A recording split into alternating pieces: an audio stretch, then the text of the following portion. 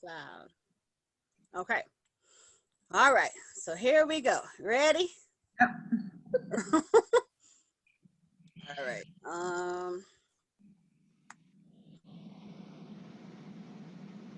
And we do this part. Select a media source. Why is there a camera issue? Why? You can still see me though. What's the problem? Yeah. Oh, screen share. Start screen share.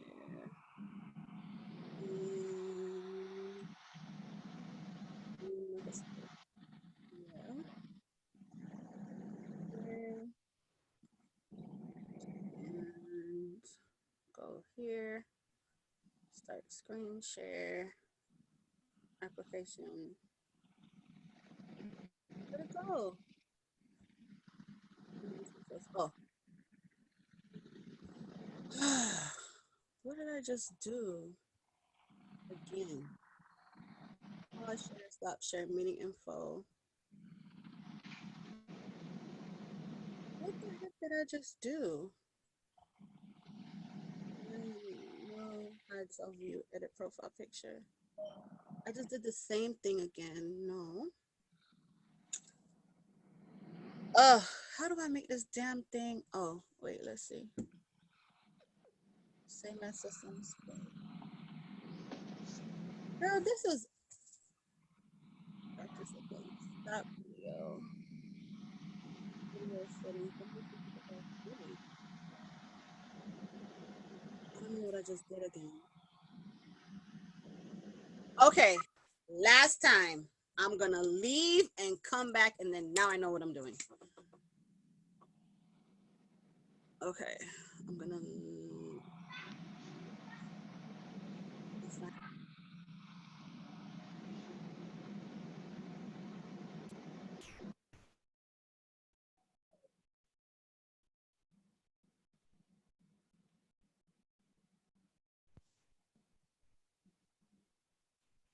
Show video. Did it make you the host again? Yeah, make me the host again. I feel like it's something when I share the screen. I mean, last time when they said you tapped in the video, you didn't share screen, so. Well, it was doing it. It was creating the live. It hadn't created it yet. Okay, so let's see. This is bonkers. All right, so I got that part. So share screen like I did. Multiple participants can share simultaneously. No. Share screen.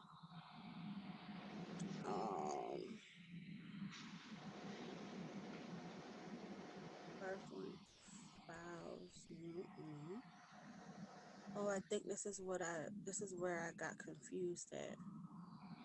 Oh, wait. No, can't do that part yet. All right.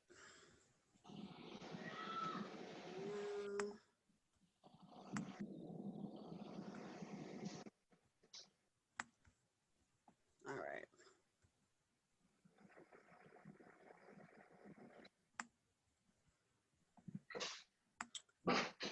Okay. Start screen share. Application Zoom meeting. Share. And then it should be good.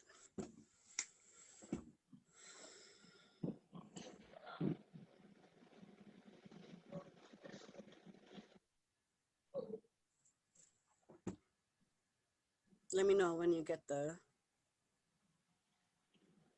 Yep. Yep. Okay. All right. So, hey, girl, hey. Hey. Hey, girl, hey. How you doing? I'm well. How about you? You are. This is so awesome. One time know. technology. Super excited. Oh my goodness, right? Oh my gosh. So, I am so excited to be talking to you about this, and I am just over the moon from my friend. I'm so excited for you. All right, so this is the Millennial Walk podcast. As many of you, well, probably a lot of you don't know, I do have a podcast. You can find me on all of the major podcast platforms: Spotify, Google, Anchors, what I actually use to record.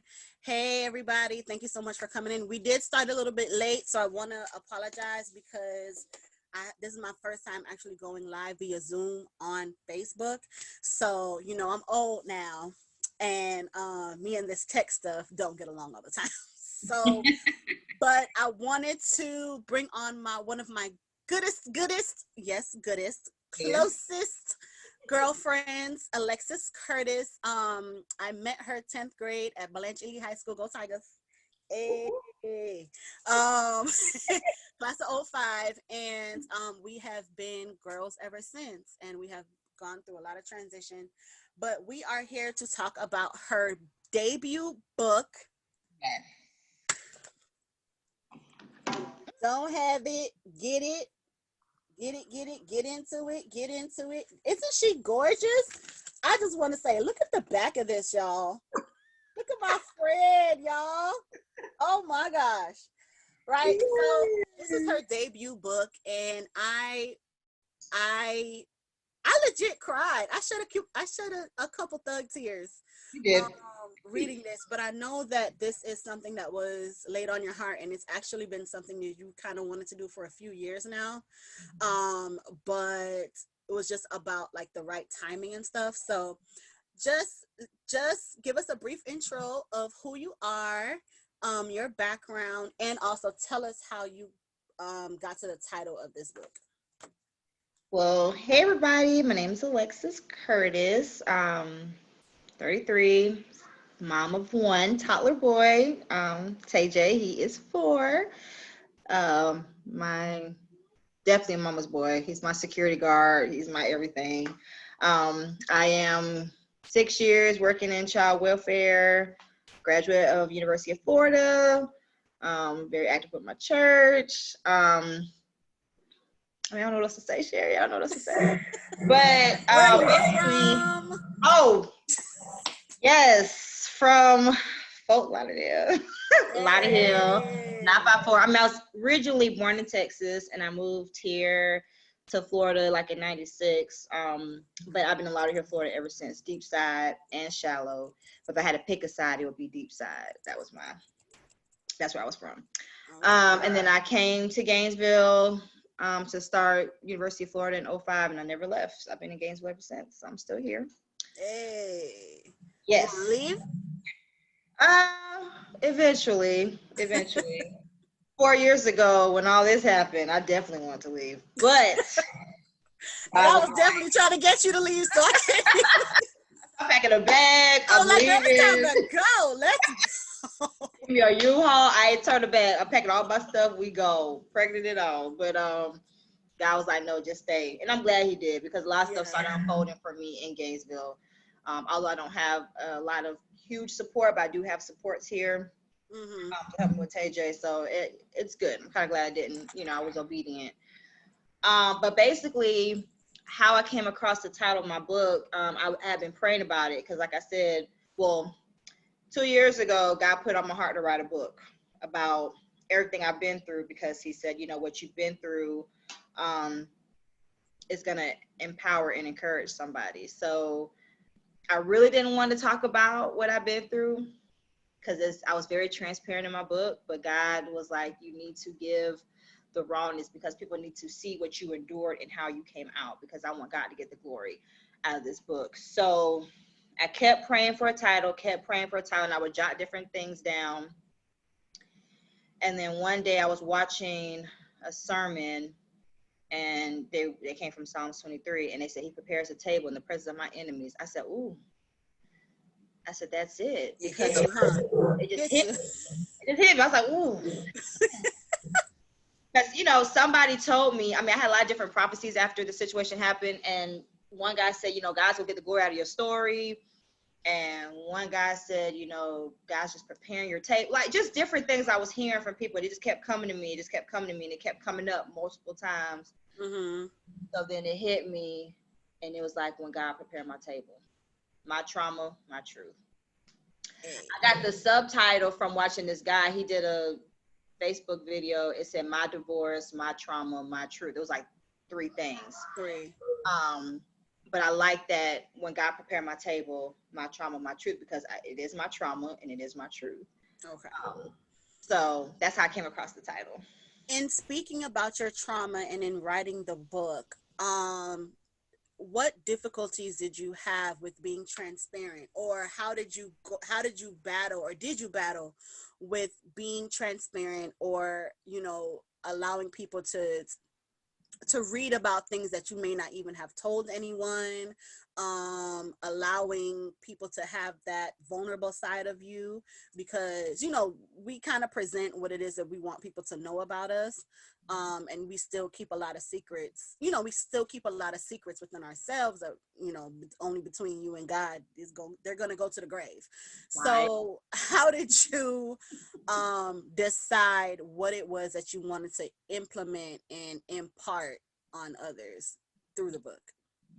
You said, what is it that made me decide that? Yeah, like how did you come to the decision on what to put in and Okay. what to Yeah. not? So I remember, like I said, 2 years ago, God gave me the vision to write the book, and I just never started because I said, I don't know where to start. I don't know where to begin. My brother wrote a book, and I kept for I was asking different people, what did they do? And then I was talking to my sister when I went home for Christmas, like in 2019, and she was like, you just have to start writing. You don't think about it. Like, you just start jotting things down, and then eventually it'll come together. So every January in my church, we do a fast. And I was fasting and I was praying, and I just took my laptop. I just started typing, and it was like God told me, start from your childhood, work your way up, paint the picture, lay the foundation. So as I was typing and putting everything in, I was just going, all right, first boyfriend, boom, boyfriend, boom, boom, boom, boom. Because a couple months ago, I had a friend. She told me, she said, hey, she was praying for me. She said, God said he wants you to write down every relationship you've been in and just write it down in a journal and talk about it, what you went through that. So when I did that, I needed that to be in the book because I wanted to show everything that I went through. Although we know some relationships we don't count, like elementary school, who counts those? You know what I'm saying? But it's still, it's like puppy love. It ain't real. But we still, I still want to include it in there in the book to show the different phases of life that I went through, to show how rejection started as a child. So it's kind of like God was showing me things as I was writing, and then I just kept going and kept going.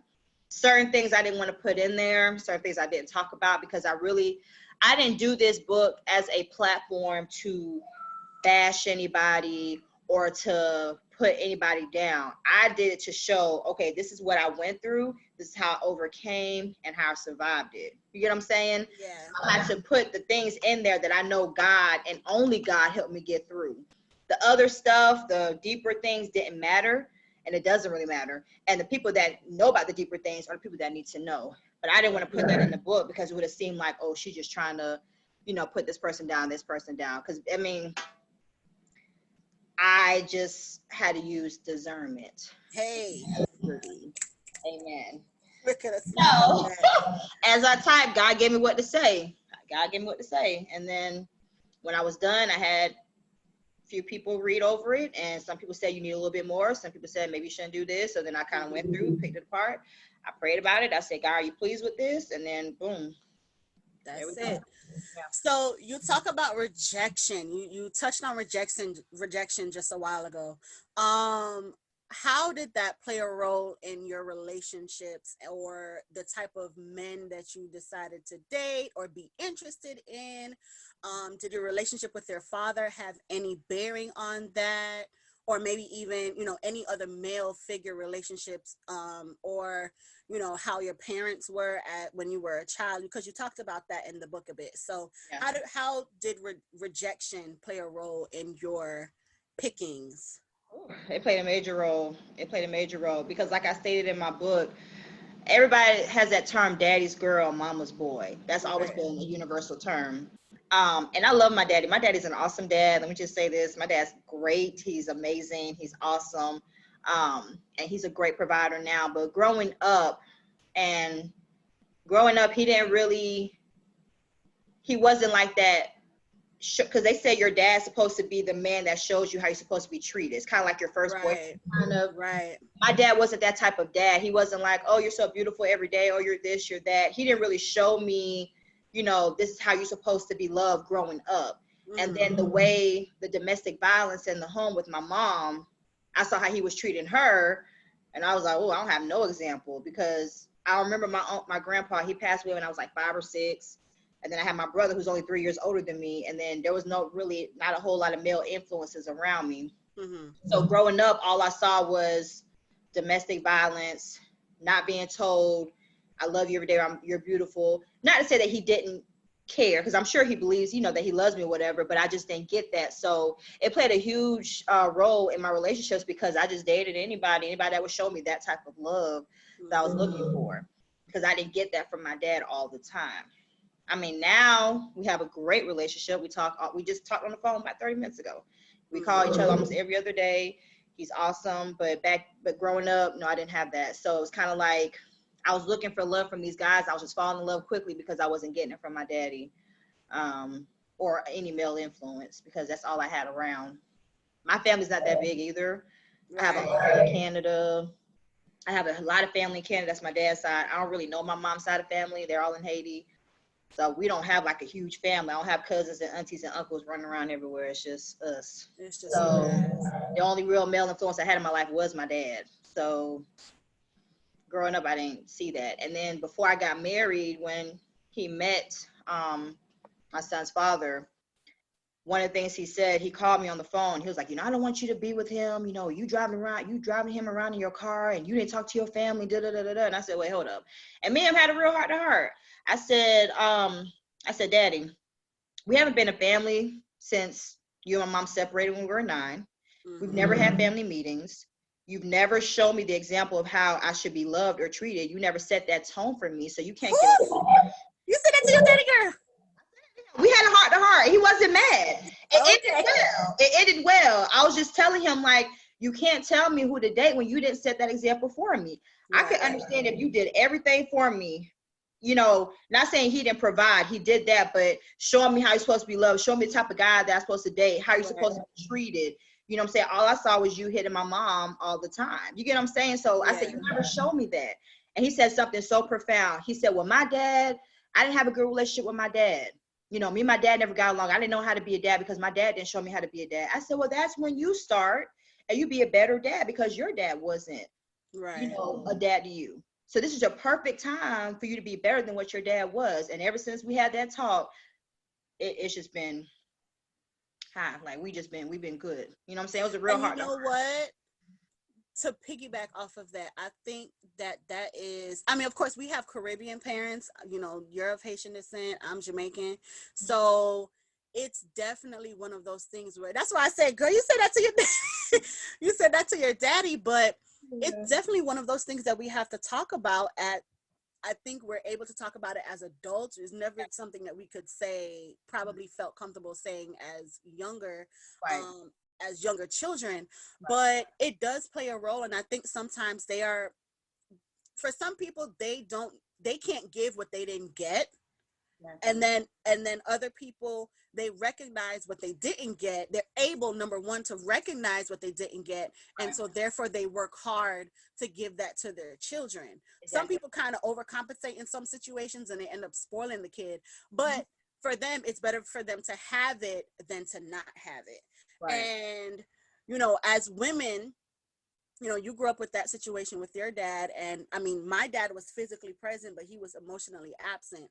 So I can relate to you in unfavorable choices Right. in who it is that you decide to date and all that kind of stuff. Right. Um, what was growing up with your mom and watching her maneuver through her relationships like?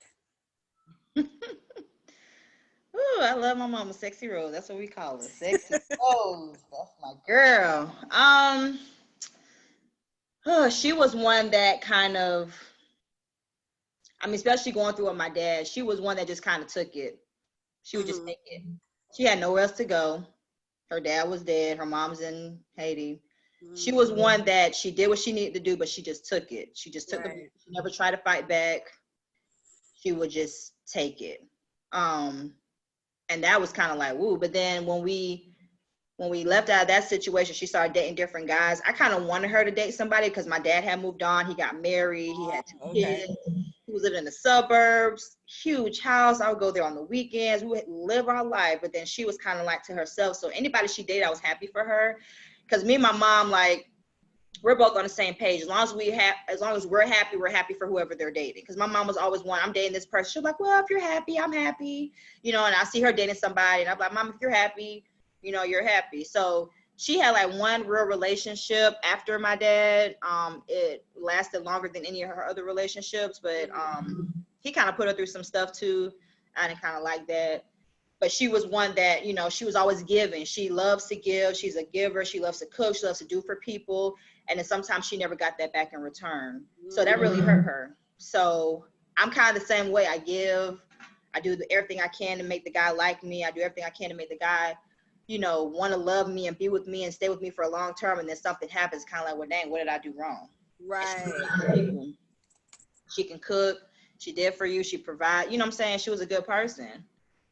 And now she's like in her 50s now, and she is suffering from glaucoma, so she is losing her vision. So she only has one good eye, the other eye's blind, and she got a Right. boyfriend. I said, "Go ahead, Sexy Rose. Mama still got it, okay? We ain't got time for nobody taking advantage of my mama." Me and my brother told him Right. we ain't let nobody take advantage of her, but he's really good. Like he spoils her. She said, I want this. He'll bring it to her. He seems pretty good. So I'm happy for her. You know what I'm saying? Because she needs somebody, because she felt like she was just going to be single because of her condition. Look what the Lord done blew on her. I said, go ahead. I see you, Jesus. Even in your older age, God is still bless you with, hey, and you know what?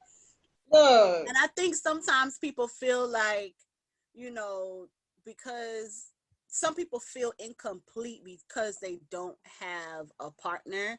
And I think that just has to, a lot of it has to do with society, and a lot of it has to do with our own females in our families, that they put the pressure of getting married on you, or they put the pressure of having a child on you. You ain't get married yet, but they asking you when you have a baby, like, can Mm-hmm. I get can I get a partner first? Like, I mean, I could just go out there and have a kid, clearly, but I'd Okay. like to have a partner. I'd like to, you know, if your desire is to be married, you'd like Yeah. to be married. If your desire is to be in a committed relationship, you'd like to be able to do that instead of, you know, Right. the alternative. Um, so you have titled your book "When God Prepared My Table," right? Did you grow up in church? Sort of. It was Okay. one of those I would just go Did to you grow? church. Okay, let me rephrase. Did you grow up with a relationship with No. God? No. Okay, That's a good question. let me rephrase. No, ma'am. No, I did not. Mm-mm. Okay, Mm-mm. okay. When did you start? When did you give your life to Christ, or when did you, you know, some people say get saved, some people say, you know, turn from their wicked ways or whatever. But when did you decide to take God seriously? I took God seriously, and I'm kind of ashamed how I took God seriously. But you know what? It is what it is. Because I Your was trauma, your truth. Here we right. go. So in the book, I talk about Mr. Charmer. I met Mr. Charmer. He was in the church, and I remember somebody told me, they was like, "You're not gonna He be able still to." got it. He still got it. He still got it. He still Yeah. got to shoot me a fade when I see him. Anyway, Yeah. I know. Listen, so when I started talking to him, I was like, God, I said, God can't really like, he's in the church and I really want to date him. And I really got to get serious with you. You know what I'm saying? I really got to have my own relationship with you and not through him. right. So because of him, I'll say that kind of pushed me to really get for real saved with God. Cause I'm like, all right, I'm saved. I'll be saved for a week. college party this weekend. I'm in the car. We're going to the club. I'm bumping the music. We One time going.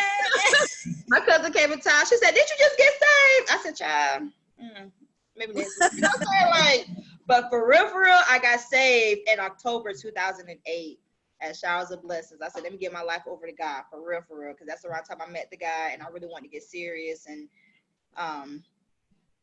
get in tune with God. And I was on fire, and I would hear God clearly. God would speak to me, and I would, sit down and pray. I said, God, I'm gonna fast from 6 to 12. He'd be like, no, 6 to 6. Or I was in a car with somebody, and God said, $20. No, them fasting days, boy. Whoo! Listen, Struggle busing. listen.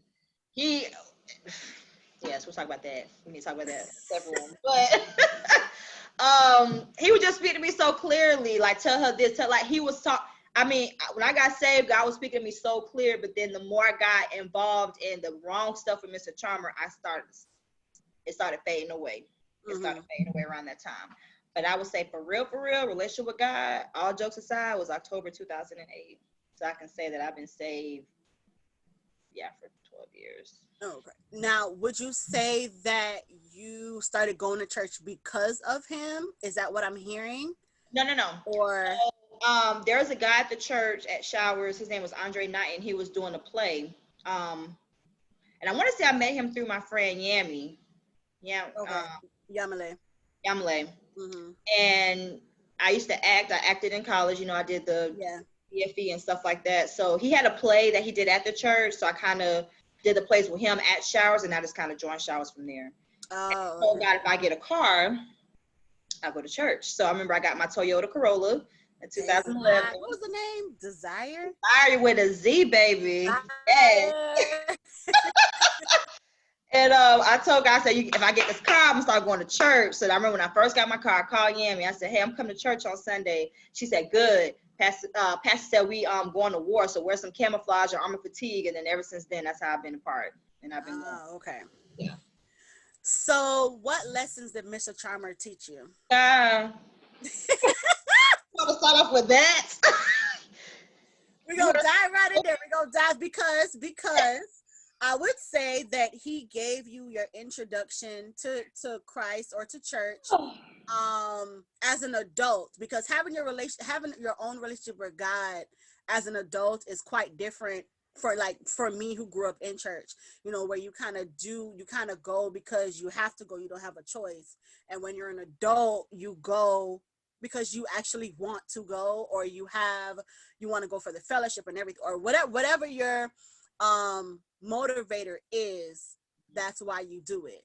So yeah, Mr. Charmer, what lessons did he teach you, girl? He taught me to forgive. He taught me don't ignore the red signs, because you know what God did show. Listen, God showed me the beginning, because remember I told you when I first got saved, like I was to hear God all the time, right?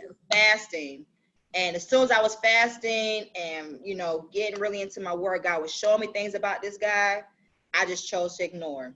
The people that they said he was dating, they saw me in my profile picture, and the girl was like, he's dating my friend such and such, and he did all these things. Woo, child.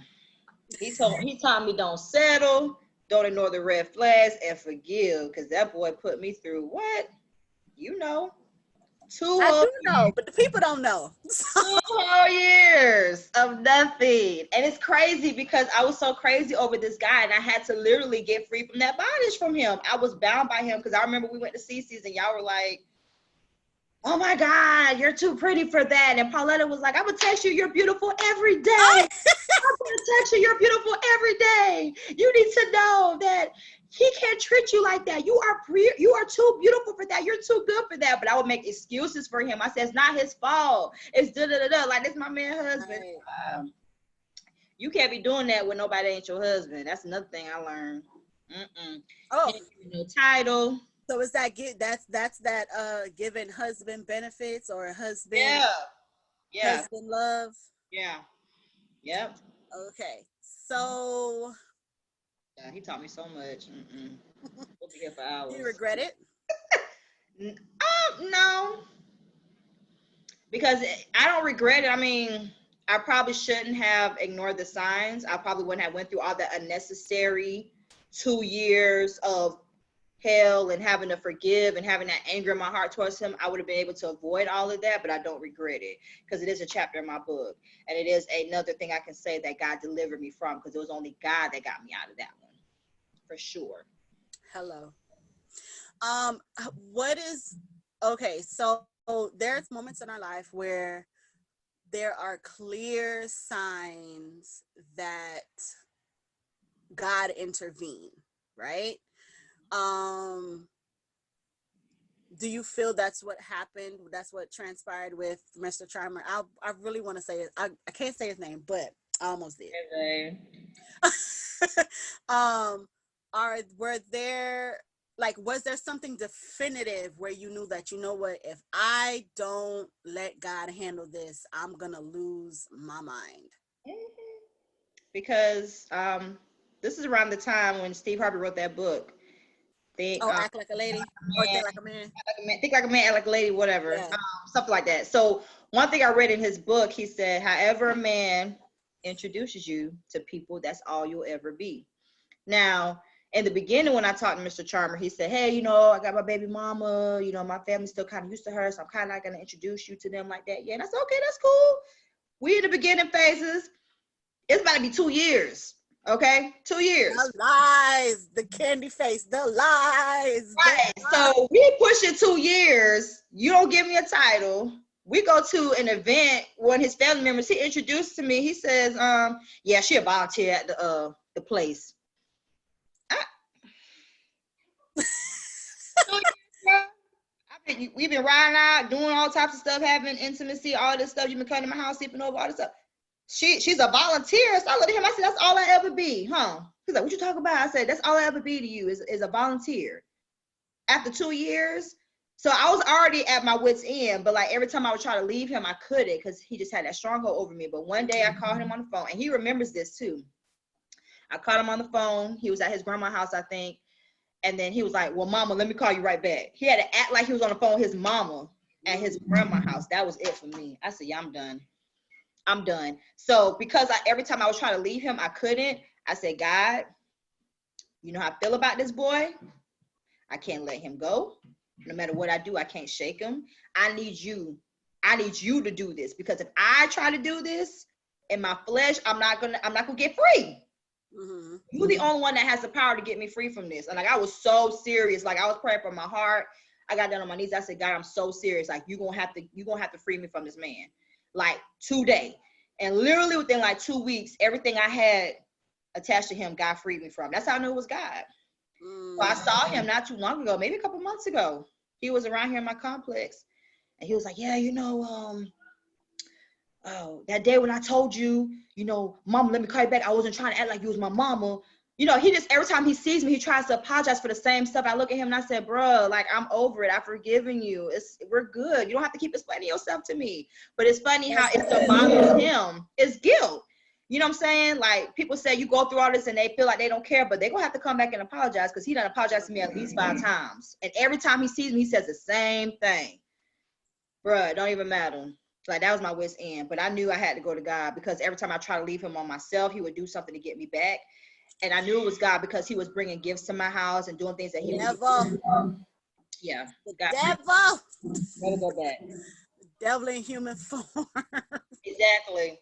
Wolf in sheep's clothing. Come on. Listen, and you know what? It's very. We haven't gotten to the climax of the book, I would say, yet.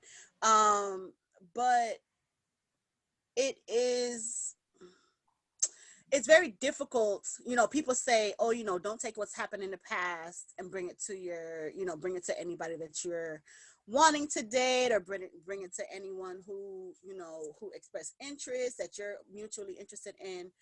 And that is one of the most difficult things to do, um, because when you've been through real trauma and you've been through terrible experience after terrible experience, if you don't purposefully tell yourself, okay, we're women, so we're heterosexual women, so if we don't continuously tell ourselves, all men are not like this, all men are not like this, all men are not like this, you will easily believe that all men act like this. They're all liars, they're all manipulators, they're all deceitful, all of those type of things. And you have to continuously decide and choose to not think that way for the next person. And Right. then on the flip side of that is, do you want to tell a new person the trauma that you've been through? Because we've all had experiences where, well, I want to say all, but I know you and I have had experiences where you tell someone the things that you have been through and they go and do the same things that you just told them not to do. And it's just like, well, did you hear me? Do you care? Do you not care? And you Right. really got to pray and ask God for you not to kill him. You know what I'm saying? There's a whole bunch of stuff that go on. Jesus, preach, preach, Mary, preach. I'm about to stop. It's a whole bunch of stuff that go on. And like Shayla said on the live, it's wisdom, and Yeah. it's we have to exercise the wisdom um that God has given us, and not, sometimes we can't afford to see potential. Right. We have to be in the now. We have to take what we see now.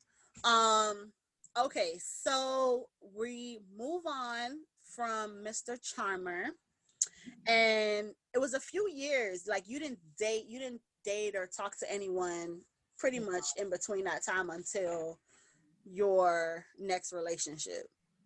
Um, and that individual you met at your church, and he was involved in the music ministry. Um, so walk us through that, the beginning of that relationship. How was it? Um, had you healed? Have you healed from the trauma? Did you have any other issues? Um, so like you said, he was involved in music ministry. He was our musician at our church, and I was in the choir, and I was a secretary. So I would send out the rehearsal dates and stuff like that, and he would start responding to like me separately from the group chat, saying little things. So I kind of picked up that he was liking me or whatever. And at first I was hesitant because I was like, I don't know if I want to date this guy. He's younger than me, 4 years younger. Just say all these things. I said, well, you know what, Les, you never know. This could be your husband, girl. You know what I'm saying? Give him a chance. That's what y'all, tell yourself. Give him a chance. You never know. Just give him a chance. Mm. So it was great in the beginning. We went on a date. He took me on a couple of dates or whatever.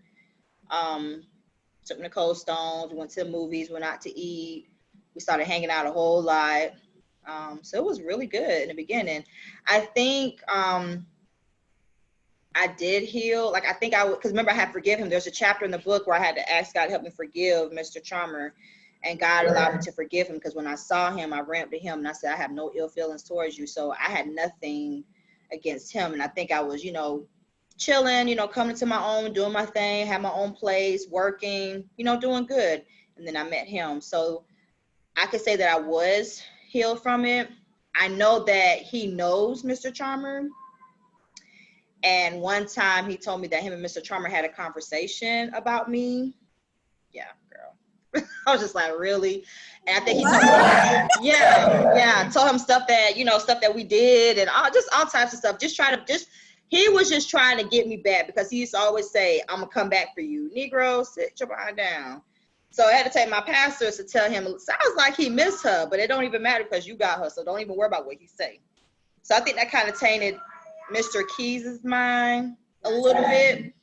bit, with stuff that he was telling him that he felt like I wasn't doing with him. It was a lot of different stuff. But as far as healing, the healing portion of me was fine. I was able to date this guy, Mr. Keys, and just move on with my married life. And, he spoiled me. There was no issues. Now, okay, so we know that sometimes when we get into a new relationship, especially after being through a traumatic one, there's a lot of things that we Sent me overlook the or musicians to tell you. we didn't pay attention to. Um, as a result because this just feels so good, right? Mm-hmm. Um, were there any red flags that you like looking back, hindsight is 2020. So were there any red flags that you feel that you missed um I in the didn't miss beginning anything. stages? I saw the red flags. I didn't miss anything, but we would talk about them Mm-hmm. because he was like talking to one girl. I mean, he was a musician, so you know what they say about musicians. Yeah, they the devil. Sorry, Baba. You know what they say about musicians. Somebody put on the live. He said it be the musicians. I tell you, it He's showed. a and he's a he's a pianist Oh, and it seemed like I at attract church. too. Listen, it seems like I attract musicians. All the musicians want to talk to me. I can't.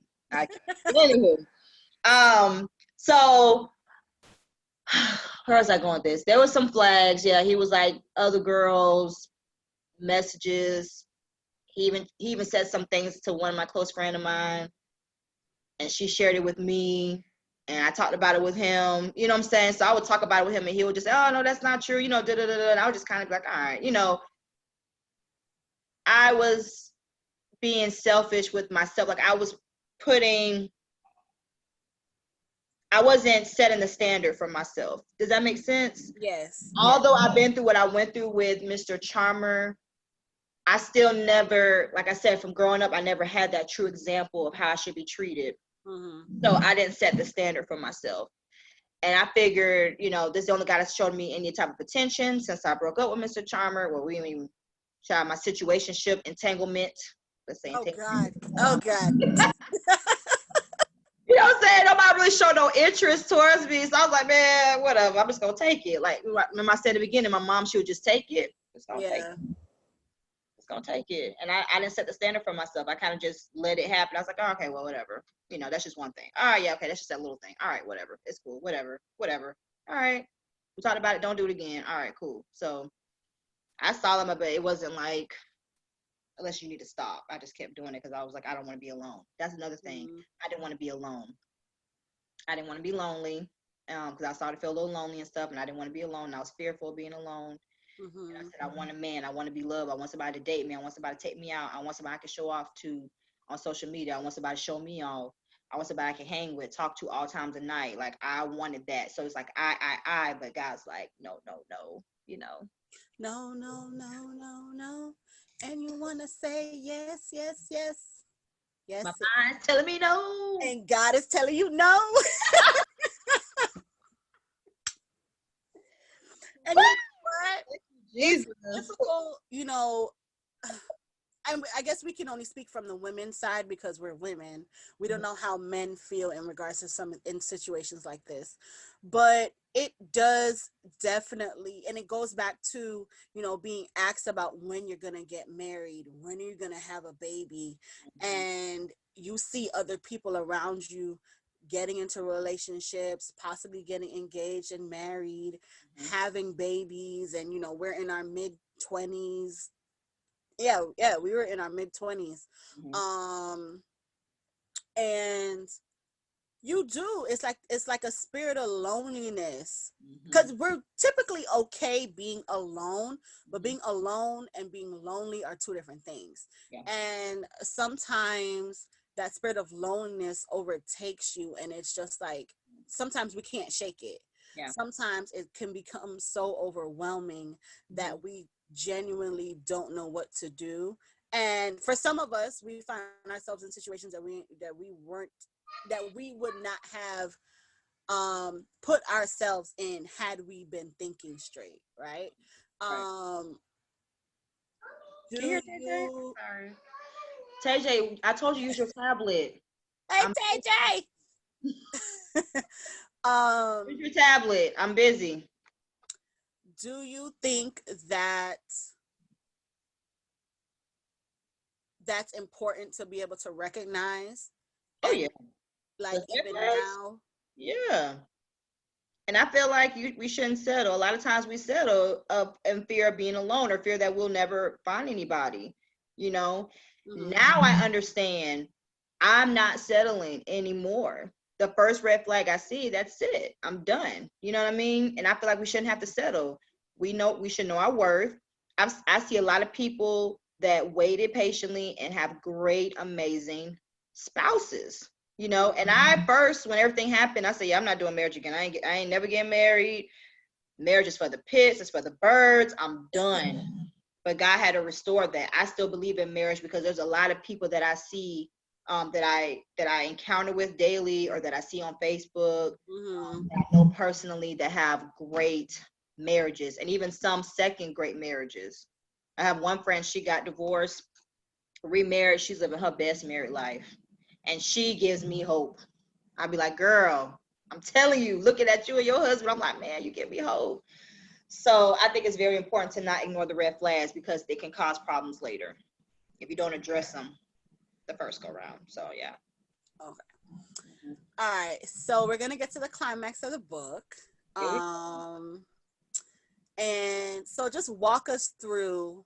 You don't, of course, you don't have to give every nitty gritty You detail. want the nitty gritty, buy the book. I want what you are comfortable with sharing. So go for it. Go ahead. All right, got married. Things are going great. I got a promotion at work. He had got him a new job. Things were going really well. Got pregnant on my honeymoon. Sherry didn't believe me. Sherry went off. I said, Sherry, I'm pregnant, because I had to tell. I just had to tell somebody. I said, Sherry, I'm pregnant. She said, you're lying. I said, I'm not. I said, I'm showing the pregnancy test. You haven't even been married a month. You haven't enjoyed marriage. Oh my gosh. All right, whatever.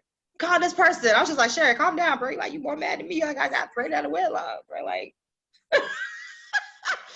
anyway, so Like, life is man, going. y'all waited too. I said, man, y'all need to be, I know we weren't even a month married, bro. Like, October 10th, I got married. Found out I was pregnant. I wanted you to have all the undefilements of the bed. Yeah. For God said, nope. I gotta plant this seed, because I know it's about to happen 5 months later. But anyway, now listen, isn't that hindsight? that's hindsight. When you're in something, you don't recognize or realize what God is trying to set you up for, because he knows what's coming down the road. And of course, hindsight, you're just like, I had no idea this was gonna happen.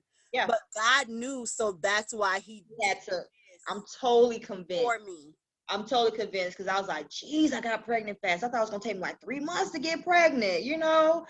I mean, just like that. In hindsight, God said, let me plant this baby in you, so you don't do nothing crazy, because I know it's about to happen in 5 months. And then around the time when I found out I was pregnant, I didn't put this in the book, but one night I was sleeping in the bed, and I was like 5 or 6 weeks pregnant, and I was laying there, and I kind of woke up, and there was like this glow next to my bed.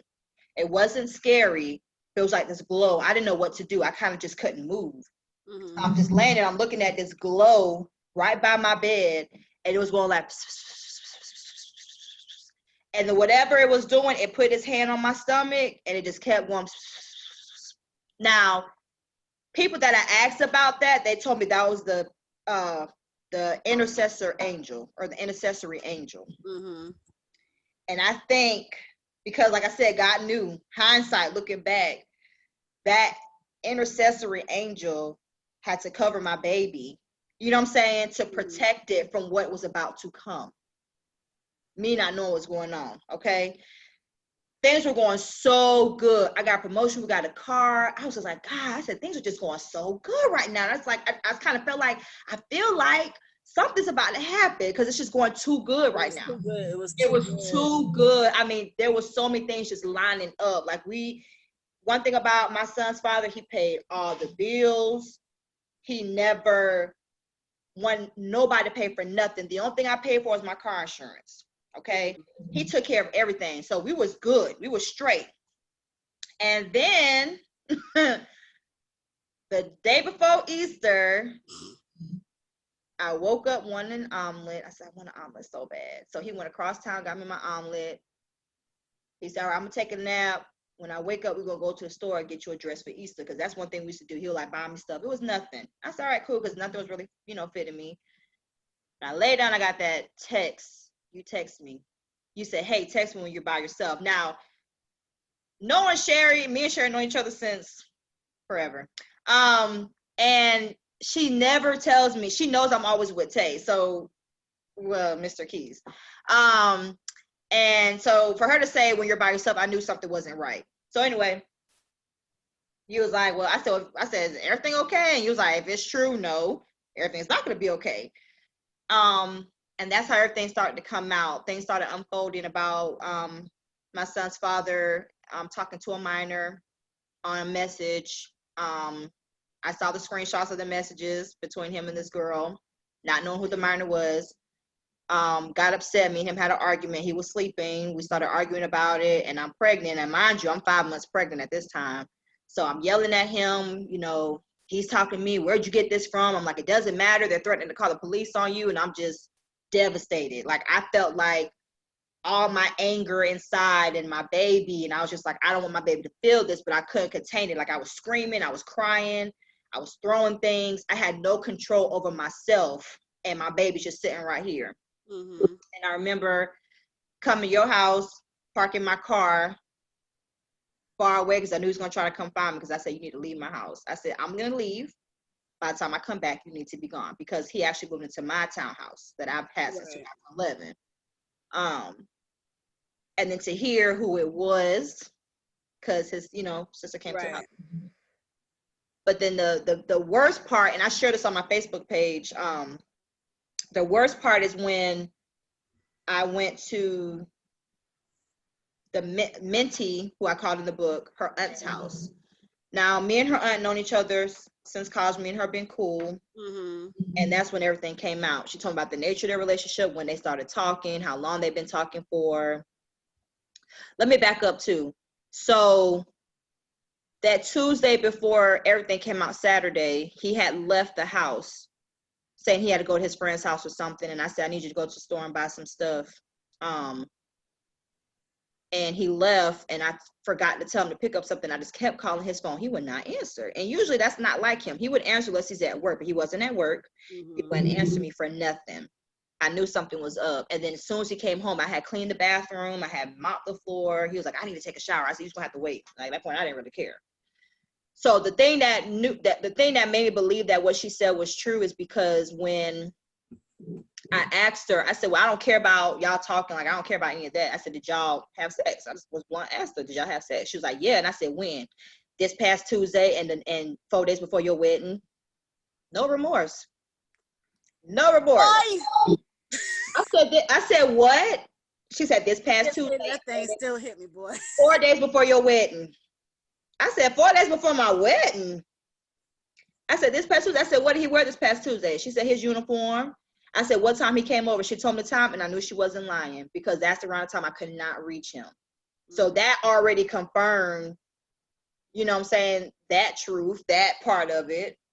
And I told her, tell me anything else you need to tell me. She started talking about who he was talking to, what he did, just giving me the whole rundown. And I literally felt myself just falling apart. And I remember, sorry, I'm getting emotional. Go ahead, listen.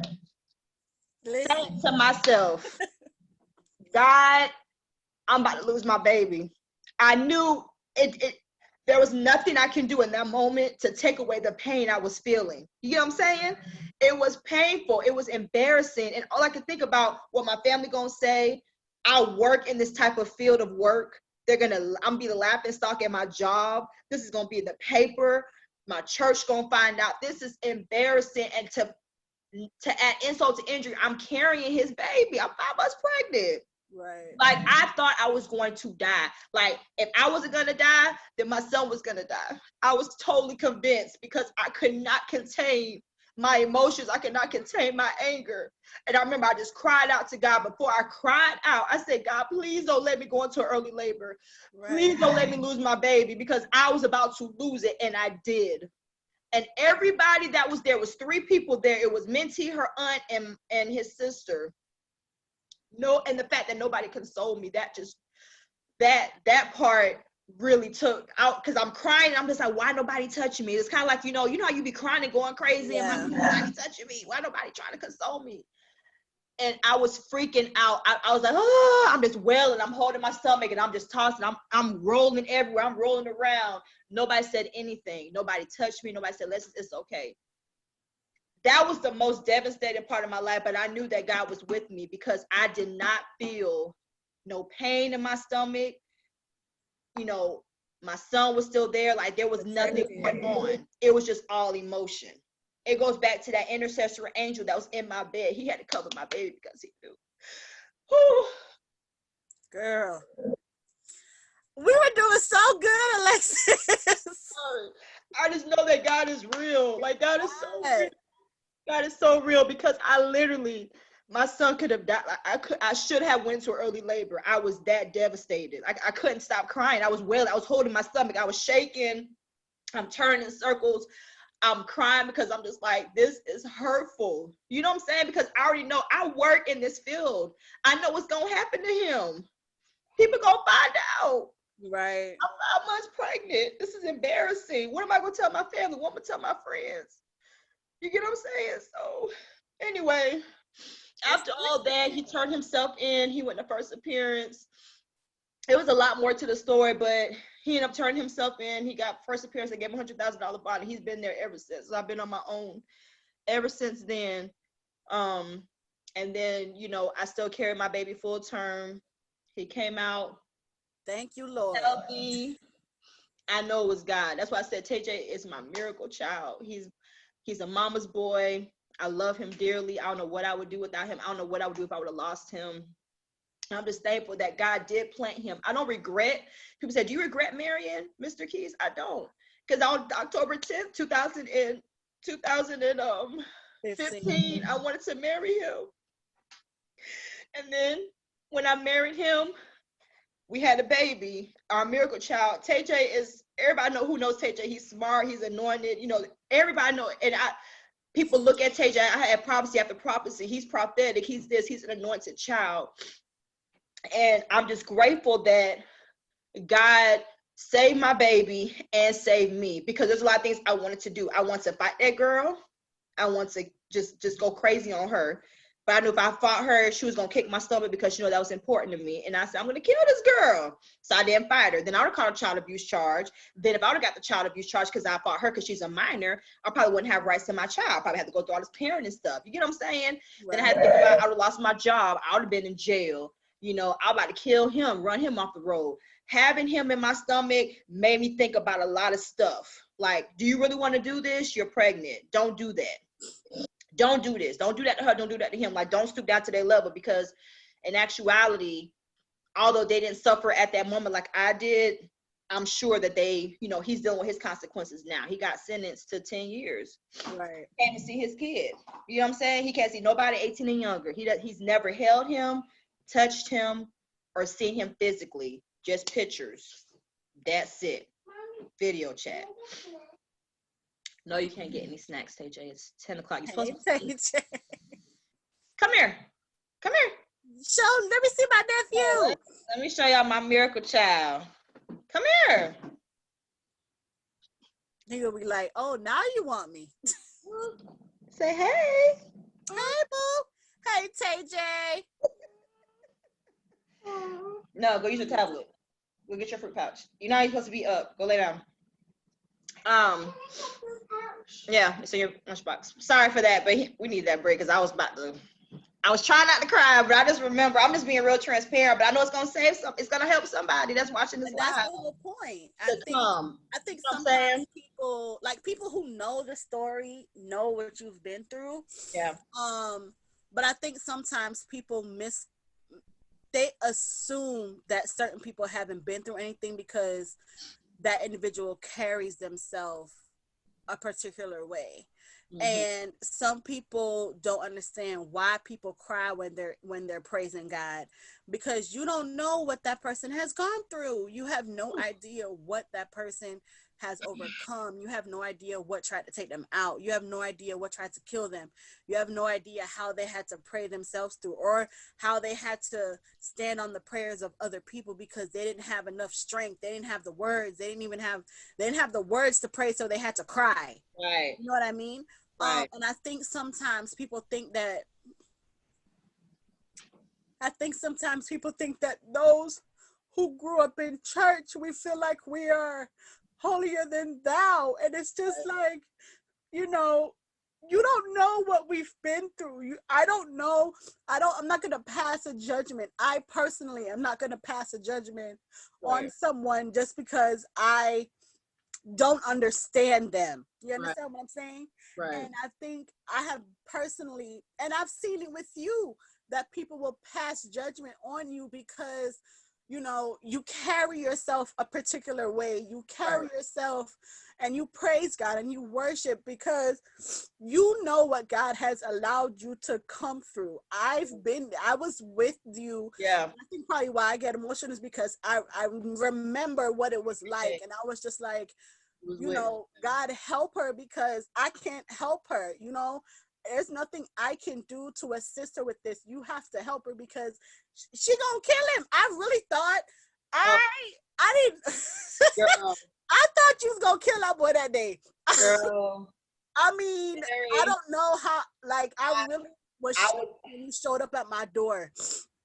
Bruh. And I was just like, are you okay? Is he alive? What happened?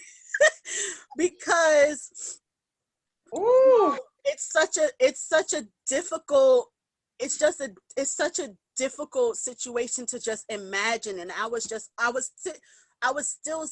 on the outside. Like, I wasn't you feeling how you felt and also having to carry a child. You know, I know how I was and what my situation was when I was pregnant, but that has no comparison to you going through that, being married 6 months barely. You know what I mean?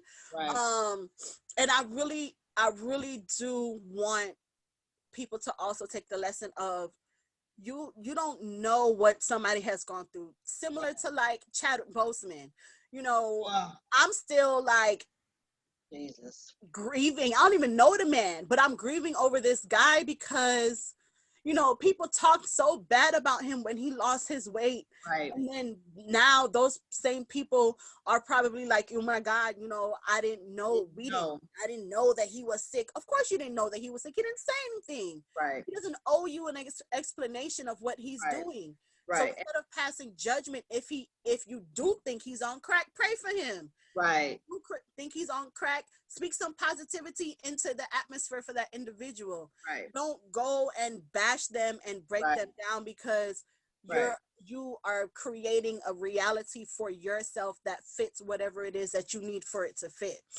And Heather Lindsay, she's a pastor in Georgia. She shared I shared it. She was like, the internet trolls, I was talking about him getting too skinny. Imagine him reading these comments. Exactly. He's personally going through and still trying to push and fight and do these movies. You know what I'm saying? I lost a lot of weight too. I barely was eating. I was struggling. Did you even gain weight? You had gained some weight and then you lost it and then you never gained it back. It was bad. You know what I'm saying? And yeah, people know what happened to me, but nobody knew the internal struggle. Like, I had no money. I only ate maybe one time a day. So people were seeing me, oh girl, you snatched bad. People was like, you know, one person made a comment, girl, you look pole. And you know, when they made that comment, pole, that skinny, like, and that really bothered me because I'm like, okay, you know why the person I made a comment, you all in this business, you know why I am, like, don't throw that in my face because I am like struggling over here. And the only reason why my son's good and plump because I had to force myself to nurse him. I could not afford formula. I couldn't even afford stool softeners. They say get stool softeners when you get discharged from the hospital. I couldn't even afford that. I had no money. And no, I didn't want to ask people, you know, oh, hey, can you do? I was just like, you know what? I'm going to get through this. And like I said in my book, I kept telling myself, if Mr. Keys was here, I wouldn't be going through this. He would have done this because he paid for everything. He paid for everything. And I kind of relied on him. And before this happened, a pastor came to our church. He said, I don't know who this person think it is that you need them. You don't need nobody but God. And that prophecy came back because it's kind of like, oh, I need him here because he'll pay for this, he'll pay for that, he'll do this, he'll do this, he'll do that, he'll do that. And don't get me wrong, he was a great person when it came to that. And I know if that situation would have never happened, he would have been waiting on me hand and foot. He would have made sure we had everything that we needed. It wouldn't have been an issue. Right. But because I relied so much on him and not so much on God, God had to tell me, okay, I need to snap you back into reality. Because you're thinking it's man that does for you all the stuff I did for you all these years. The times you was homeless, I was sleeping on your couch, Sherry. All them times I had to live with Ashley. You know what I'm saying? Like, all the stuff that I've been through, didn't have a car, didn't have a job for months. Like, I struggled, and how God allowed me to get this place and how this came through. Like I said, all these things I did for you, and you gonna sit up here and say, if Mr. Keys was here, who do you serve? Who's your provider? It's not him, it's not man, it's me. And to this day, I can't say that, I can honestly say that God has been a provider for me and my son. Although I went through what I went through, I did struggle, but God blessed me back tenfold. I mean, blessings upon blessings, him touching people's heart, people pouring into us. Like, TJ didn't want for nothing. I didn't care about me, but TJ had what he needed. You get what I'm saying? So Right. I'm just grateful. And like with the whole Chadwick Boseman thing, like if you see somebody, like you said, just pray for them, because I know people kind of knew, but nobody really said anything to me. And I did have some people like reach out every now and then and, you know, say stuff, but nobody knew. I cried every night. I was fighting postpartum depression. I said, the devil is a liar. I'm not going to have postpartum. I'm going to love my baby. We're going to get through this. I'm going to get through this whole situation. Like, I'm going to fight through it. Like, I would hold him. I would cry. I would read my Bible. I would cry. I would shake. I would pray. I would cry. I would cry. I would cry. That was my main thing. I just cried. Nobody knew that, though. Nobody knew that. And I lost weight. But thanks God, you know what I'm saying? Now I'm back in the gym trying to lose my stomach. And nothing else. Girl, you lost the weight from stress, and then the Lord blessed you to be plump. Now here you are trying to lose. Stomach. I can't get rid of it. Jesus. Girl. Oh Lord. So But I think it's a testament that, you know, like we were saying earlier, we don't know the things that we don't know the table that God is preparing for us. We don't know the feast that is at the table. We right. don't know that we're going to be sitting on gold plated chairs and eating with gold forks and spoons and eating, drinking out of goblets and all kind of stuff, because we're looking at where we are now, or that God, we're in a valley and that God is even setting us up Yeah. a hedge of protection for what's to come. Oh yeah. You know what I mean? Yeah. And we're sitting here asking God, why, God, why, God, why? You know, what is going on? Just like you said, it was too good to be true. Like, what is this? Is going way too smoother than boom. Right. But And you know it's just what also, like, Sherry? Another thing I said, how I know that God was saving me in that situation. I think I seen two situations after me where there's a situation where something happened with this guy and this lady and her son. The son was literally maybe 3 days later than TJ. He was born July 3rd. TJ was born June 30th. Something happened with her husband. She went off on him, was yelling at him, going crazy, and then he killed himself because he didn't want to have to deal with what was going to come, the repercussions. mm, So that boy, and they're around the same age. So God showed me this boy would never see his dad again. At least my son will see his dad when he does get out. You get what I'm saying? Or one lady said that she cried her babies out. She's like, I found out my boyfriend was cheating on me. Not her husband, her boyfriend. mm-hmm. That way I cried them out because, you know, my boyfriend was cheating on me and her babies came premature. God had to show me again. You see? That could have, you know what I'm saying? That's how, you know, that's how I knew God was protecting me. Because he was showing me all these different situations that was happening with other people. And even as devastating as mine was, he still kept me and my baby. And I'm so grateful for that. God is real. And I would never doubt him. Ever. Mm. Ever. And I think that's one thing, is just like, you know, you can't take my Jesus experience, you can't take my experiences away from, I Right. don't care what anybody has to say. You cannot take my God experiences away from me, because I have proven him. Even when I wasn't even thinking about him, Mm. I can still say that such and such was God, because it dang sure wasn't me, It Right. wasn't my mama. It wasn't my daddy. Right. RIP. It wasn't my brothers. It Right. wasn't anybody else, because the only person that could have intervened, the Right. only force, the only thing that could have intervened was God, especially on those situations where nobody knows Right. about it. Right.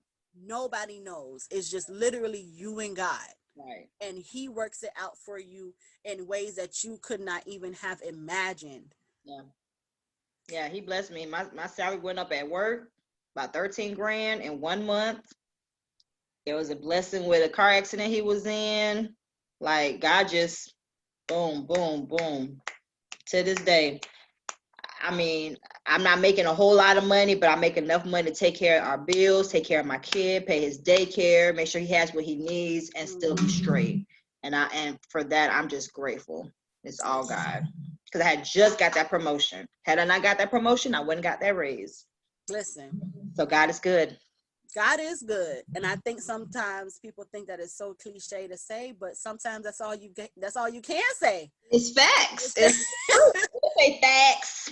Facts, Facts. period, poo, Period. period. But you know, it is. Sometimes that's all we can just gather up to say, is that God is good and his mercies endureth forever. Yeah. And it's not because of us. It's just we have just been given grace and mercy. And that's it.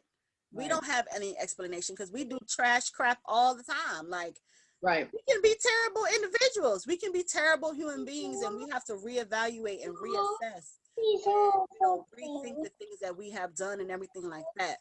Um, and at the end of the day, we do. It is. God is good, and that's it. And that's it. There's nothing else to say. There's nothing else to say.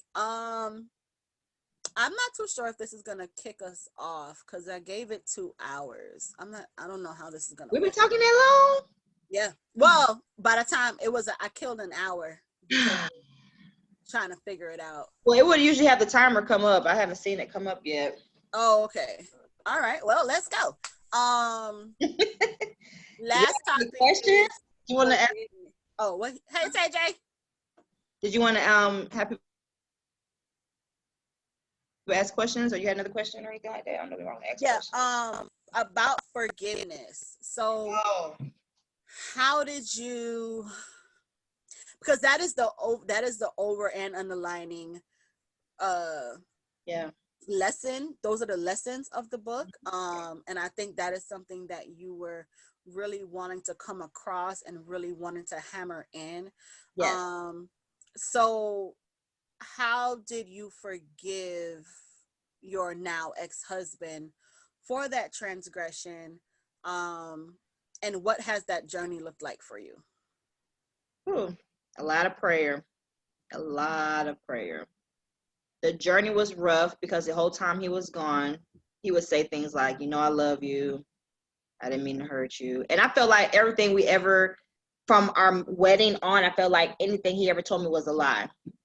Because the girl told me, y'all did this 4 days before our wedding. So I felt like anything he's ever done or said was a lie. I didn't believe it. I felt like he lied to me about where he was.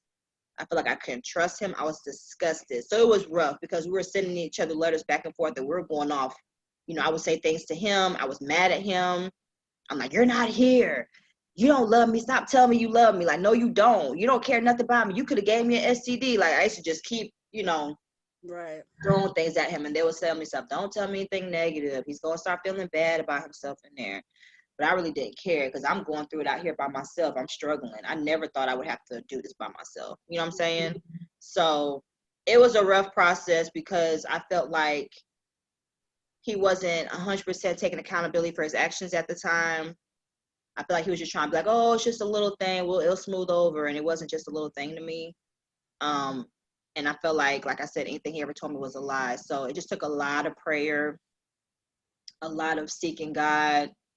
And then I would see the girl that, the whole situation that it went down with, and I couldn't stand her either. I want to hit her with my car. She walked past my car one day after church, and I said, I'm just going to press the gas. Let me just press the gas a little bit hard and let her see her fly up in the air. Because I felt like I didn't get any justice. I felt like I lost my church home. I couldn't go back to church. He's gone. Yeah. And she was right here walking around laughing and joking like nothing was wrong. So I feel like I didn't get any justice. So every time I saw her, I would purposely make her feel bad, because in the beginning, I was her mentor, so she would hang out with me a lot. She really valued our relationship, and I would do things on purpose, purposely single her out when I was with a group of people, or, not acknowledge her, roll my eyes. I did all types of crazy stuff that I should not have done. But I was angry. And I remember talking with you, and I talked with Kristen, and I was like, listen, am I wrong for being angry with the child?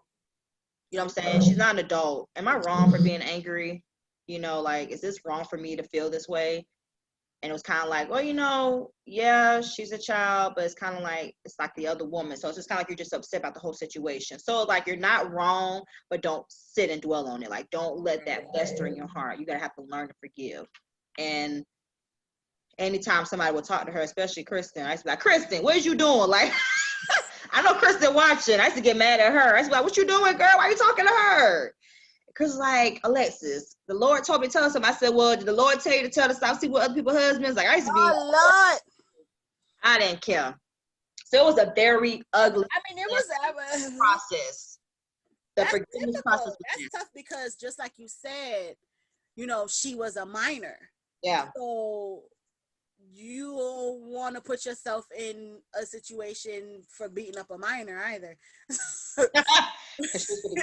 But it was, and you weren't able to get the answers that you felt that you needed as a result of it. And it was just because she was underage, but let her have been overage. No, we would have had to let the Lord work through us. But we're still humans, and I think one of the things that people forget is that we are still human beings, and we still have human emotions, and we still get angry, we still get hurt, we still want answers, we still want a resolution, want a conclusion. Wants closure. I feel like I wanted something. I felt like I wanted her locked up in detention center for 30 days. That would have made me feel better. It's kind of like, what do you want out of this? I said, I want her locked up. I feel like I feel like I don't get no justice on my end. You get what I'm saying? But it was a very ugly process. It was a very long process. It took me about 2 years. And I know my friend Bridget, I don't know if she's watching, but she would always try to encourage me to forgive. She said, God forgives us for what we do. If he's the ultimate forgiver, who do you think that you can't forgive people? And I'm like, I'm trying, Bridget, I'm trying. And she would send me like little memes, and she would send me this. Like, I call her like my accountability partner, because I have all my friends that I talk to, but Bridget's the one that's going to make sure I'm on the right track. When it comes to my spiritual life, she always makes sure that I am on the right path, because she wants what's best for me and God's blessing. She's always say, I just want what's best for you. I just want what's best for you. So we all went to the Pinky Promise Conference in Georgia. That was my first time going. And it was amazing. I mean, it was a great experience, but that's when the forgiveness began to start working, because I was praying. I said, God, I want to forgive. Help me to forgive. I just can't forgive. Kind of like that time when I said, God, I want to let this guy go, Mr. Charmer. I can't let him go. I need you to help me. Here we are now. God, I want to forgive. I want to let this go. Help me to forgive from my heart, not just out of my mouth, from my heart. So when Pastor Cornelius preached that message, and I was just tore up. I mean, Kristen and Bridget, they can tell you, like, the whole time he's preaching, and he's just like, nations are waiting on you. Like, who are you holding hostage? Who are you holding in your heart? Let them go, because nations are waiting on you. You need to forgive. Let go of that anger, that bitterness. And the whole time he's going, I'm just like, oh my God, oh my Jesus. Like, I'm just bawling, crying. And I literally want to just run to the altar. He even called altar call. Like, I was about to run up there. I said, God, I hear you. God, help me, Jesus. I need to do it. Nations are waiting on me. And I'm just like shaking. I'm crying. I'm like, oh my God, this is the right word for me. It was the perfect word. It was the perfect word. So I remember I just kind of ran up there a little bit, and then he started talking. So I kind of knelt down. It was like an open hotel ballroom type deal. And then finally, when he was done, he called the altar call. I just ran to the altar, and I said, God, I want to forgive. I'm ready. My heart is ready. My heart is positioned to forgive. And then it didn't really happen there like I thought it would have. Because, when you think that God moves, you think it's going to be in church. Sometimes God can move in the car. It don't have to be in church. It could be anywhere. In the car. It can be in your bed. It could be at the gym. It could be anywhere. And God removed that burden from me at work. I remember that morning, Bridget sent me a meme about forgiveness or something. And I'm sitting at my desk, I'm typing a report, and I literally felt, it was kind of like if I had something on my shoulders Mm-hmm. and my chest, like a huge weight. I literally felt it just come off.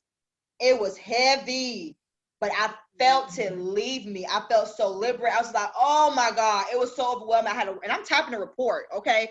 I had to run to the bathroom, and I said, thank you, God. And I had to be quiet because, my coworkers be coming in and stuff. I was like, thank you, God. Thank you, God, for helping me. Thank you, God, for freeing me from this situation. Thank you, God. Thank you, God. Thank you, God. And I dried my face off. I had wrote Mr. Charmer a letter, and I let him know that I forgave him. And then I set up a meeting because I was just going to forgive her in my heart. But God said, no, you need to tell her face to face. Woo. That So part.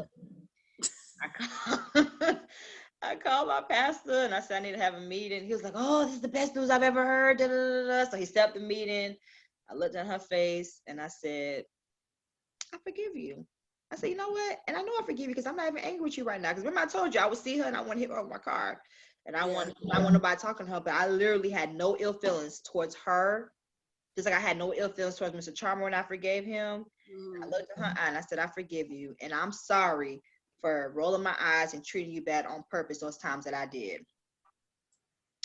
Oh, And child. said, it was a short meeting. It literally lasted like 2 minutes. And I said, you can imagine what I went through. I said, what I went through was very hard. It was tragic. So you can imagine my pain and my aggression and the reason why I'm so upset. But you know what? I forgive you. No ill feelings in my heart towards you whatsoever. So my pastor looked at her and he said, do you have anything to say? She said, no. I didn't get mad. See, now how I knew it was a true test of forgiveness, I would be like, no, you ain't gonna apologize to me. You know what I'm saying? I would have went off like, girls, you crazy. You need to tell me sorry. But it didn't even matter because I was being obedient and I knew it was God because God was testing me. I think it was a test too. It's kind of like, all right, let's see. Are you free from this? Did you truly forgive? When she said no, I just looked at her and I said, okay. And my pastor was like, all right, well, thank you. So I walked out. And my son was with his godmother. She said, y'all done already? I said, yep, I forgave her. That was it. She said, what she said? I said, well, she didn't say anything. She said, she didn't say anything. I said, you know what? It don't even matter. I was being obedient. God told me to forgive her to her face. That's what I did. It ain't even contingent upon if she told me sorry or not, because I know I've forgiven her. I'm releasing it. It don't even matter at this point. And maybe like a couple of days later, she wrote me this long letter. And in the letter, she said, when you came and told me that you forgive me, I knew it was time to write this letter. So that was on the other side of my obedience. Had I not obeyed God and just been like, I'm just going to forgive her in my heart, just smile at her when I see her, not say nothing. But maybe she was waiting on me to say, you know what, I forgive you. And she wouldn't have done it. Not to say it's right, but who knows what her personal prayer life with God was. God, I feel so bad. You know what I'm saying? Sometimes we have to look at everybody else's perspective. Maybe she was praying to God because she put in a letter, every time I saw you cry in church, I felt bad. Every time I saw you, doing anything or, anything in church, I felt bad because I felt like I was a part of that. Anytime you got a prophecy about anything, I felt bad. Like she kept saying, I felt bad. People tell me it's not my fault, but I know it's my fault. But when you told me that you forgive me, I knew it was time for this letter. So I just want to tell you, I'm so sorry for what I did. That was on the other side of my obedience. I didn't know that was coming. That's how you know I was being very keen to what the Spirit and what God was telling me to do, and I had to obey him. Because obedience is better than sacrifice. And I probably would have never gotten that. My God. So it was an ugly process, but now it's great. Right. I told her very clear. I said, hey, I forgive you. I don't have no ill feelings for you, but we're not going to be like how we were because I no longer trust you. And that doesn't mean that I didn't forgive her. I just know I have to treat her from a distance. And she knows this. So I'm not going to be in your face, kiki and laughing. I am cordial. If I see her, I'll be like, hey, good evening, and keep it moving. She could be in the same room with me, and I don't want to run her over with my car. Right. That's listen, that's growth. That's major, progress. major growth. So I guess the true test is going to come when his dad comes out, because I haven't seen his dad physically since he got sentenced. That's the last time I saw him, because I tried to go see him, but for some reason, and I know that was God too, I drove 5 hours to not see him, but I couldn't get through there's like a little thing you have to walk around. Yeah. Get past that one, so they didn't let me go in because I was gonna go off on him that day, and it probably wasn't gonna be a good visit. So I think God had to intervene and say, "No, ma'am, we're not gonna go in there and do that," because I had it set in my mind what I was gonna tell him, how I felt, but I haven't seen him since December of 2016. I think the true test is, I mean, he calls to talk to his son all the, every so often, but the true test is when he's out and I see him. I feel like I did, but he's probably gonna want to have a sit down and talk about it. But at that point, hopefully I'm remarried by then. I'm praying. Or just living your best blessed life. Living my best blessed life. Or just living your best blessed life. Or married. Or married. Or living your Or best. married. Or living your best blessed life. We're gonna claim it. We're gonna claim it, and we're gonna keep living our best blessed life. Yeah. Amen. Okay, I think we got all the tears out and stuff. But yeah, I'm good. I didn't think I was gonna do it. When you said it, we're both cancers, hopefully we don't cry. I said, I ain't gonna cry. We're cancers and we're water bags, so it was coming. I cried on Titanic, child. So it was coming. But oh, my brother's on. Hey Paul. Oh, Paul. Oh, I said his name. He do not want me to call him down on social media. My bad. What? Oh, the nickname? Is the name I've been calling him since I was. Oh yeah. It's hard. Y'all and y'all family, child. So I support my I brother. think I am appreciative of you, and I think that this book took a lot of courage. It took a lot of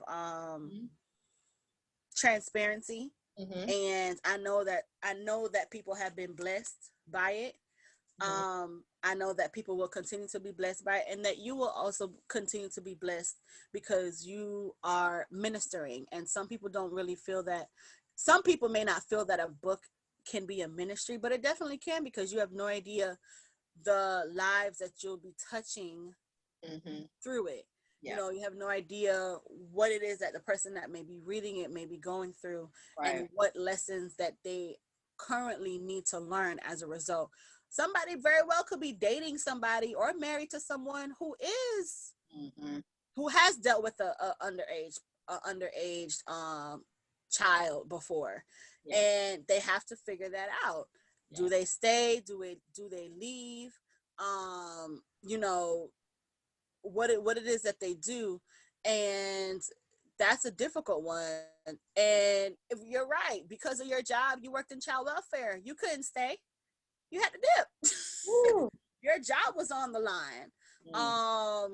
And in reality, the type of life that you would have had to live if you did decide to stay would have been very limited, because registered sex offenders can't live within certain miles of a school. They can't live here. They can't do that. They can't work here.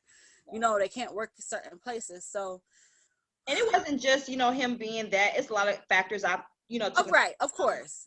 Those are red flags. The fact that I felt like 4 days before our wedding, the fact that I felt like you didn't even respect me while I was carrying your child. Like, it was just a lot of things that I played into it, and I made sure that I prayed and made sure that before I did decide to divorce him, that it was a something that God, allowed, was okay with me doing, and not just making an emotional move. It took me a while to figure out what I was going to do, So I did have to pray about that. It was just a lot of factors I did put into play, but. And it's true. But God is good. Yes, he is. God is good. And I am so proud of you. And I know that TJ is blessed. TJ has been blessed since he was conceived.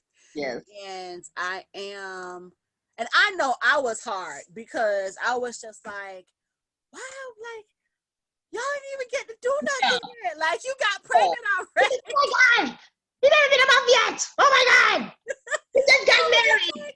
You didn't travel. I was like, Sherry. I remember I had to call you back and be like, I am happy for you. Yeah, because I was just like, bro, you're like, I got married. I got pregnant out of wedlock or something. Like, and I was just like, I am happy for you, but because I know that you waited, you know what I mean? So it's like, I know that you had waited. So I wanted you to enjoy the benefits of waiting. Right. With your husband, there's no inhibitions, there's no, and that's just me as a friend, you know what I mean? But who knew? Like we said, who knew? Who knew that God planted Tay J at the time that he was planted, because he knew what was, like you said, he knew what was coming down the road 5-6 months later. And this is another part of the reason why people say children are a blessing.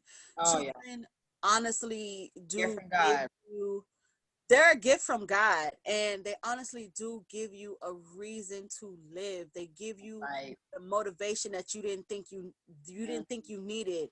They give you a love that you didn't know you needed. right. Um so, sometimes these kids, they can tell when you're hurting, and they can tell when you're sad, and they just come and they just do something to just cheer you up. Dylan, my son has done it plenty of times where I'm sad or I'm crying about something, and he'll just come and be like, "It's okay, mommy," or he'll even say a prayer. Little Wow. bad self, but he'll even say Get off Dill Pickle. Don't do him like that. he'll even say a prayer, and he'll be like, he'll say whatever it is that he feels he needs to say. And it's those moments that, regardless of how they were conceived, or regardless of the Circumstance. struggle of Mhm. bringing them into the world, Right. those are the reasons why they're there. You Yeah. know what I mean? Yeah. Those are additional reasons as to why they're there. So Yeah. children Okay. definitely are a blessing. Mommy, And why are you sad? I'm I like, know, wow, what's going on? What's going on? but I do want to say this publicly, Sherry. Like, you've been there for me. Like, you were there for me for the wedding.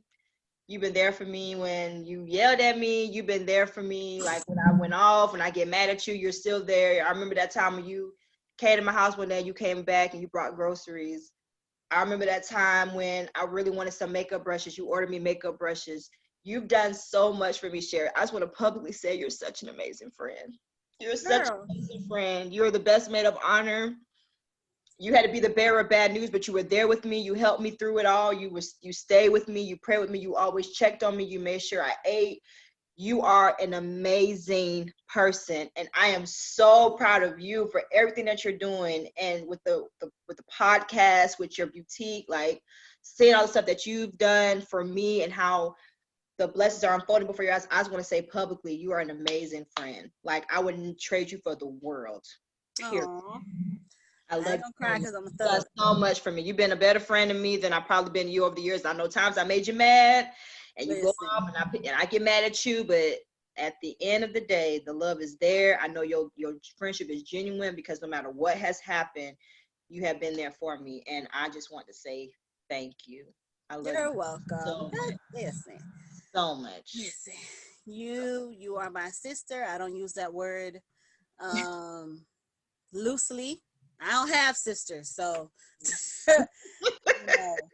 And who knew? Because I didn't like you when I got to Ely. So What? God is good. I don't even know why. Just because Miss Lewis liked me, you didn't let that go. Stop telling that story. I let it go. Okay. Okay. But you were absolutely welcome. Oh yeah. I just really operate. What would I want? What would I have wanted someone to do for me? And I listen at that juncture. You needed, you needed all of us, because it wasn't only me. Kristen, Bridget, Oh Motia. yeah. Yeah. And it That's, was a difficult time, but yeah. I love you. I Mhm. am in total support, and Love you I too. love you, and that's it. Love you too. Love is Not also in gonna action. cry. We ain't gonna You cry. I have tried to you cry have this been morning. a good friend. So regardless of how you feel, you have also been a good friend to me, and you know that I love you, and Good. you're good. Yeah. So I think that's it. So we can go to our beds. Yes. Yeah, Um, tell you up there, girl, I'm gonna pay for this in the morning. He is not gonna want to wake up. nah, nah, you're He gonna up there have to. playing with something. I heard my toilet flush 10 times. I'm down here like, Jesus, I hope he ain't messed up the plumbing. I'm just like, internally, I'm like, I hope he ain't do nothing wrong. He up there Oh playing Lord, with toys, Dylan but knocked it is out. what He it went. is. I said, Dill, it's bedtime, and he went to bed. Yeah, no, not TJ. Mm-mm. Don't worry, he's four. The worst is yet to come. Uh, So thank you so much, you guys, for tuning in. Thank you so much for listening in. I'm gonna figure out how to get this and transfer it into the podcast so I can upload it. But thank you guys so much. Thank you for listening. And if you oh, Lexus, tell them where they can purchase the book.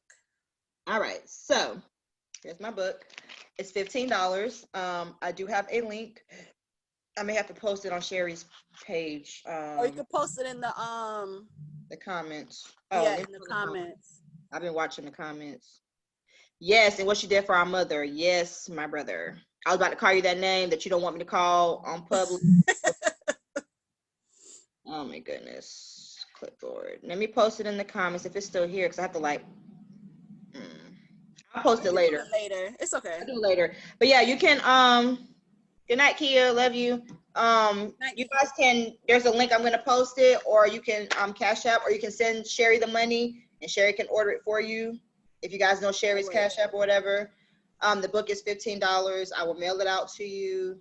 If you're not local, you need to pay shipping costs. That'd be helpful. But yeah, I sold out of my first set of 125 books in a month, so thank God for that. I ordered 50 more, so I have about 40 left. So okay. All right. So yeah, so what I'll do is send it, or you can post it in the comments yeah, I'll post in the comments. I have to go to the website and copy and it. copy it. Yeah. So thank you guys so much for watching, and thank you for imparting, and thank you for being a blessing to us. Have we have perfectly been a blessing to you.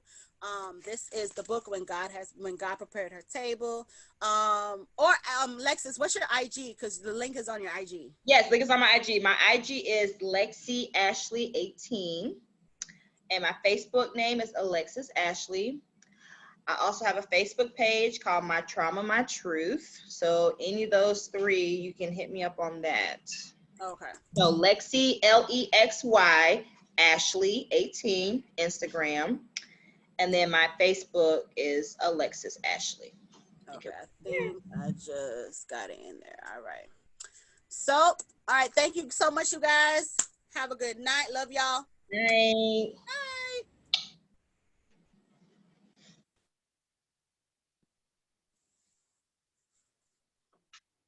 Did it end?